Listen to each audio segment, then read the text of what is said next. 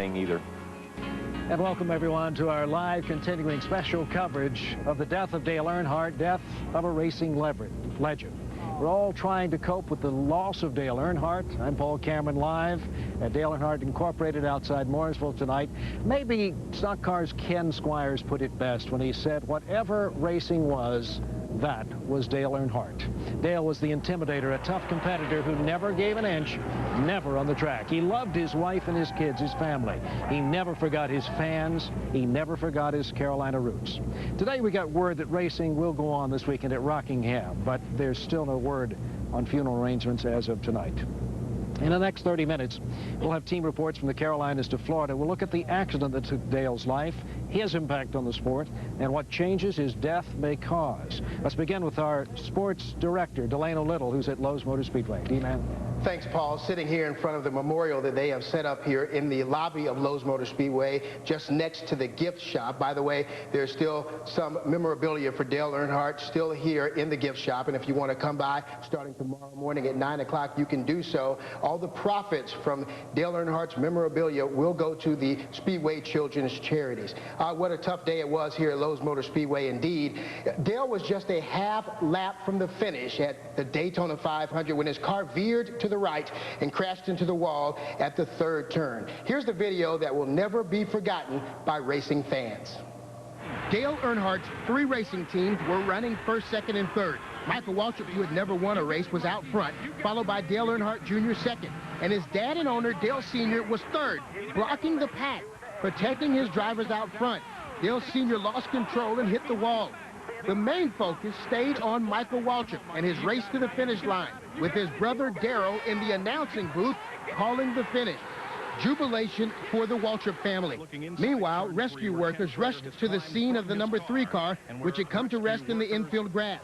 Dale Earnhardt Jr. rushed to the infield care center to find out his dad's condition.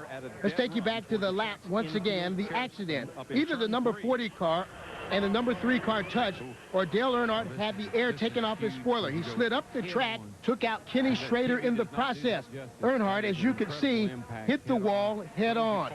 The impact of the wall was the fatal blow as the number 3 Chevrolet slid down the track to the infield grass. A look from the in-car camera showed the violent impact that Dale Earnhardt suffered when he hit the wall. Never had a chance. Plus, Schrader was riding him into the wall. Earnhardt was then taken by ambulance across the street to Halifax Medical Center, where he was pronounced dead. Joining me live now here at Lowe's Motor Speedway is Dr. Robert Johnson, Dean of Engineering School at UNC Charlotte, and thanks for being with us.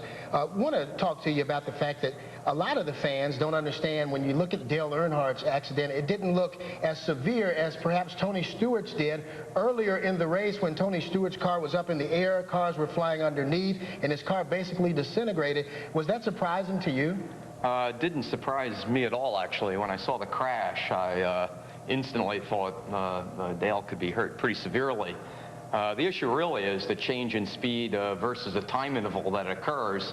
All that energy has to be absorbed in that very brief impact from, say, 100 miles an hour in a fraction of a second. If you can bleed off the energy over an extended period of time, like Tony Stewart's accident, traveling a long distance while the energy is bled off, the loading on the body is far less generally. That de-acceleration in this case from a high speed hitting the wall perpendicular puts enormous force on the body. And it was really no surprise to me. I was instantly concerned about his condition. So the sudden stop is what gets you? Absolutely. Probably experiencing many times the force of gravity. And without instrumentation on the car, it'd be hard to say, and without careful study of the time period that the de-acceleration occurred. But we've all stopped short of the red light, which is very modest, and this was just a very severe reduction in speed over a very brief period of time. Thank you very much, Dr. Robert Johnson, for your expertise. Paul Cameron is back in Mooresville to talk about some other safety measures that have been kicked around over the last couple of months. Paul? DELANO, thanks. Many drivers are now seriously considering the use of some safety devices. And joining me now is WBTV's David WHISENANT, who's been looking into cutting-edge technology on the racetrack. David? Paul, there's been two things that a lot of folks have been talking about today. One is a restraint system that actually holds a driver's head and neck in place during the crash. The other is something that's really designed to soften the blow. This is the Hans device. This is what all the talk is about. The Hans device uses restraints to hold a driver's head and neck in place during a crash. Some drivers use it, and even some who don't now will give it a try. So I'm not planning on running it at Rockingham this weekend, but I've been preparing to test it at Atlanta and see if I'm comfortable in it. Another option is to soften the outside walls that get the brunt of a full-speed impact. Last year, Lowe's Motor Speedway did testing using a compound for soft walls. They determined that it was not effective for the outside walls, but the idea is still being tested. And we've gone from tracks without any walls at all to wooden barriers, to guardrails, to concrete barriers. There very well may be a new substance out there that replaces concrete. We have not found it yet. Now, the president of NASCAR says it's really too early to tell what, if any, changes will go into effect as a result of what happened yesterday. But, Paul, I think there's one thing that we really are able to see now, that with any changes that come about, any safety changes, it'll just prove that just like Dale Earnhardt revolutionized racing in life, he may also do that in his death. And as we've seen over time, people like Fireball Roberts, his terrible crash at Charlotte Motor Speedway revolutionized the gas cell that they use today, the honeycomb cell. David, thank you very much for your information. Preliminary autopsy results were in today in Florida, and it did not surprise anyone. They say, as expected, Earnhardt died from blunt force trauma to his head. The autopsy could not show whether a new head and neck supports, as we talked about, the Hans system could or could not have saved his life. The final report expected in about 6 to 8 weeks. Doctors say sometimes there's so much force in a crash that even if the body is not thrown back and forth, the internal organs can be damaged. Dr. Joe Ostwanek of the Sports Medicine Clinic of Charlotte joins us in our newsroom right now. And Dr. Ostwanek, first of all, thanks for being with us. Tell us, what kind of forces are we talking about that act on a body at 180 miles an hour when they suddenly come to a stop? Yeah, they're very massive. In an instance of, for instance, just a 15-mile-per-hour crash, there's almost 10 Gs generated, and they had expected that possibly up as much as 100 Gs were exerted, or 100 times the force of gravity, on the brain, which is a soft material. And inside the skull, we talk about a concussion as the brain actually slapping, I guess, inside the skull itself. What happens there? Yeah, I liken it to an egg. One can rotate and hit the skull, making the egg go back and forth and actually break the yolk without even actually having to break the actual outside of the egg. Same with the human brain floating within the skull. When you take a blow from the outside, that not So medically, many things happen here. Dr. Ostwanek, do you have any answers for this? What should we be looking at to try to prevent these kind of injuries? All sports try to respond to some of the catastrophic injuries that we see in the sport, and everything's an evolution. I expect that NASCAR will be looking into things and evaluating all those options with regard to the head restraint apparatus, the softer walls, and, you know, other rules that they have to change as the sport evolves. Dr. Joe Ostwanek from Sports Medicine of Charlotte, thank you very much for being with us tonight. Great insight as to what these athletes go through when they are injured. Coming up next, we'll hear from Michael Waltrip, who tries to put in perspective him winning the race for the car owner that dies in the race. Plus, fans across the Carolinas and the country are grieving, and we'll show you a side of Dale that most fans didn't get a chance to see. Stay with us. Racing's been great. It's been, you know, it's pretty neat to do something you thoroughly enjoy, and you look forward to getting up every day to go do, and to make a living, make money at it too, and be able to have things we've got from it. So I got the cake and I can eat it too. That's pretty neat. Welcome back to our WBTV News special, Death of a Legend. You know, Michael Waltrip said this afternoon in Daytona that there was absolutely no reason to place any blame on anybody for the accident that took the life of Dale Earnhardt. He asked that people pray for Sterling Marlin, who was involved in the bump that sent Dale Earnhardt into the wall and losing his owner at the same time. Our Charlie Frederick has the story from Daytona. Like touch from Sterling Marlin's number 40 Dodge that sent Dale Earnhardt careening into the wall on the last lap yesterday. Michael Waltrip won the 500 in a car owned by Earnhardt. Today, Waltrip said the wreck was no one's fault. I want to ask that everyone keep Sterling Marlin in your prayers. Sterling didn't do anything wrong. You know, if they did, when they rubbed, I'm sure Sterling didn't think Dale would wreck, or he would have not rubbed him. But there was just a little bit of contact, and maybe it would have just shot Dale up the hill a little bit, Sterling probably thought. Earnhardt's death will forever overshadow Waltrip's first victory in 463 attempts. It was Michael's first time driving a car owned by Dale Earnhardt. Victory lane. I just couldn't wait. I won the race, and I was telling everybody about it, and I just couldn't wait till I got that big grab on the neck and a big hug. I just knew any minute Dale was going to run in victory lane and say, that's what I'm talking about right there. But that wasn't to be. It's extremely ironic that Dale Earnhardt, the intimidator, the man who would do almost anything to win, spent about the last 15 laps of his racing career blocking other cars so that two other cars that he owned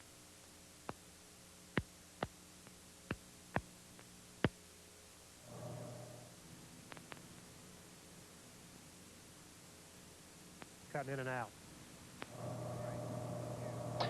Thousands of fans, thanks a lot, by the way, Charlie. Thousands of fans from all over the Southeast have converged on Dale Earnhardt Incorporated in Mooresville. Almost all of them are in shock and tears. WBTV's Edward Lawrence has more from Mooresville. Highway 136 in front of Dale Earnhardt Incorporated has been bumper to bumper all day. Fans are driving from Georgia, Virginia, and Tennessee to say goodbye to their favorite driver. I just came out here to pay respect to him. With each person coming by to pay their respects, the memorial in front of Earnhardt's headquarters grows. His crew has been coming and going all day, trying to support one another. They'll get through this. I know there's a lot of people praying for them, and that's what they need right now. They need prayers and support. Support is just what they are getting from thousands of people who cannot let Earnhardt go. And that support has come here in a mountain of items. People have left hats and items, balloons. There are still a lot of people out here mourning the loss of Dale Earnhardt. There have been a lot of meeting this morning. There was a priest that came in with him. They held a little service in remembrance of Dale Earnhardt, and this is a very distraught day for them. This is Edward Lawrence reporting live in Mooresville. Now, Paul?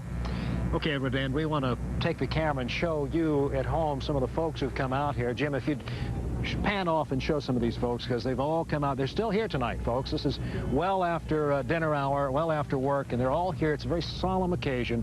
It almost feels like being at church. People coming to reflect, just a moment to look at the balloons and the tires and all the accoutrements that Edward just talked about. And of course, with night, temperatures have fallen, and now the candles have come out as well in remembrance of this hometown racing hero who has fallen on the racetrack. Now, coming up next, we'll take a look at some other safety devices that could be around the next turn for NASCAR drivers. Plus, fans across the country and the Carolinas are grieving tonight.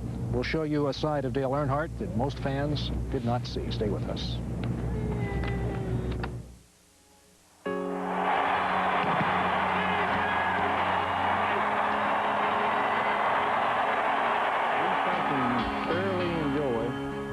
Forward to getting up every day.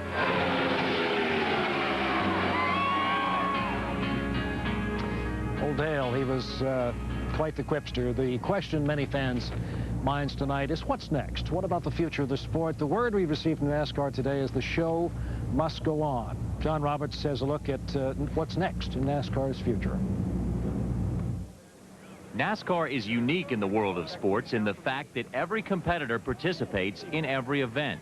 So the circuit is a large traveling city, and so far this city has never shut down in the face of tragedy. Will the racing go on this weekend, or will this race be moved? Do we know yet? No, it'll go on in Rockingham this weekend, yes. So perhaps in the face of the biggest tragedy ever in the sport, the show must go on, and they must try to fill the void left by Dale Earnhardt. It's going to take time, if we ever fill it. I'm sure we will, because life has to go on. And I touched on my remarks earlier that when Dale and Jeff Bodine came down, they had a good appreciation for the sport and where it was going to be going down the road. So now NASCAR heads down the road to Rockingham. And once again, on another Sunday, the green flag will drop as scheduled. I'm John Roberts, WBTV Sports 3. Thanks a lot, John. We do now have some information about a memorial service planned for Kannapolis residents if you would like to attend. The service will be held Sunday night beginning at 7:30 in the A.L. Brown High School auditorium. The doors will open at 7 p.m. Seating is limited. The building holds about 1,900 people. And you may want to get something to write with. We have the address for cards and letters. If you want to send your messages or prayers to the Earnhardt family, you can send them to Dale Earnhardt Incorporated, 1675 Cottle Creek Highway. That's in Mooresville, North Carolina, and the zip code is 28115. Paul? Well, Delano, for you fans who couldn't write that down fast enough, check on our website, WBTV.com. We'll have those addresses for you there. And some final words yet to come, plus a look at Dale's life. Stay with us. Traffic's real heavy, driving door to door. But here comes Dale, making room for one more. Welcome back to Lowe's Motor Speedway as we wind down this special Death of a Legend. We want to reflect a little bit on our memories of Dale Earnhardt. One of my biggest memories didn't even involve Dale Earnhardt. Our sports department was here for one of the races in the Coca-Cola 600. Everybody was up on the roof, and we were trying to look for our golf cart that was here at the Speedway. We get a chance to ride around and try to deliver tapes and things of that nature. Nobody could find the golf Speedway at the time. Was Charlotte Motor Speedway, was a racing fan with a big number 3 on it, and he was yelling with our golf cart riding, saying, "Woo, Dale!" And that's the biggest memory that we have in our sports department of Dale Earnhardt. The fans really loved him. Paul, I know you have numerous memories. Do indeed, Delano. Who Dale was sort of the hue and cry of race fans everywhere. No matter which racetrack you went to, you heard that little expression, no doubt about it. I think the one thing that has touched so many people is the fact that Dale Earnhardt was such a common guy who made so good. You know, he was determined. He was an aggressive driver. He got what he wanted. He sometimes pushed people out of the way and ruffled their feathers. But it's the kind of guy that these people can really look up to, a man who really made his fortune, the American dream, so to speak. And I'll never forget the time they took me and my son, who was 5 years old at the time, over to his spread. He had just built the house over here nearby. And he has animals on his spread. He's got some white-tailed deer, and also he's got some tom turkeys back in the woods. And he sat my son on his knee, and he called these turkeys, who were much taller than my son, out. 3 turkeys came out of the woods, gobble, gobble, right up to him, and hand-fed those turkeys. My son has never forgotten that. He looked at me last night when we got the news, and tears streamed in his eyes. He couldn't believe Dale Earnhardt had passed on. We're live here at Mooresville, Dale Earnhardt Incorporated, where many folks have been spending the day since last night, more than 24 hours, in a vigil to say their goodbye. Some music by 2 good old boys. Good night, everybody. A young rookie driver was out on the track. 1 lap to go, he was leading the pack. When old number 3 came up from behind, tapped him on the bumper and knocked him off his line. The kid said, "Dale, that's intimidation." But Dale said, "No, boy, that's racing, that's racing. Don't you understand? He's winning any way he can. And if you think he's got a bad reputation, just remember this, y'all, that's racing."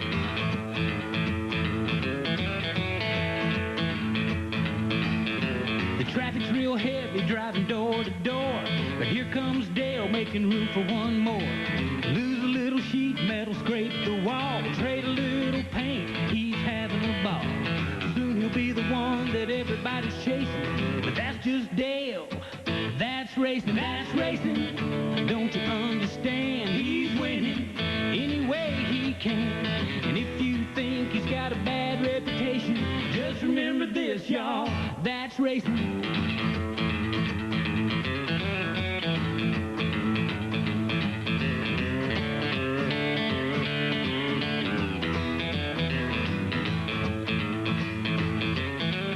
Third turn Charlotte, driving 3 wide. Dale Jr. thought he had his daddy on his side. He just needed help to line up his drafting. The dad blew by and then started laughing. He said, "Don't get mad about the troubles you're facing.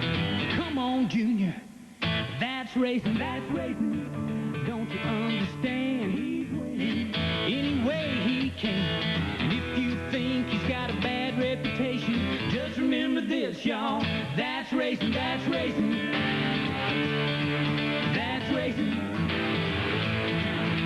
Yeah, if you think he's got a bad reputation, just remember this, y'all. That's racing.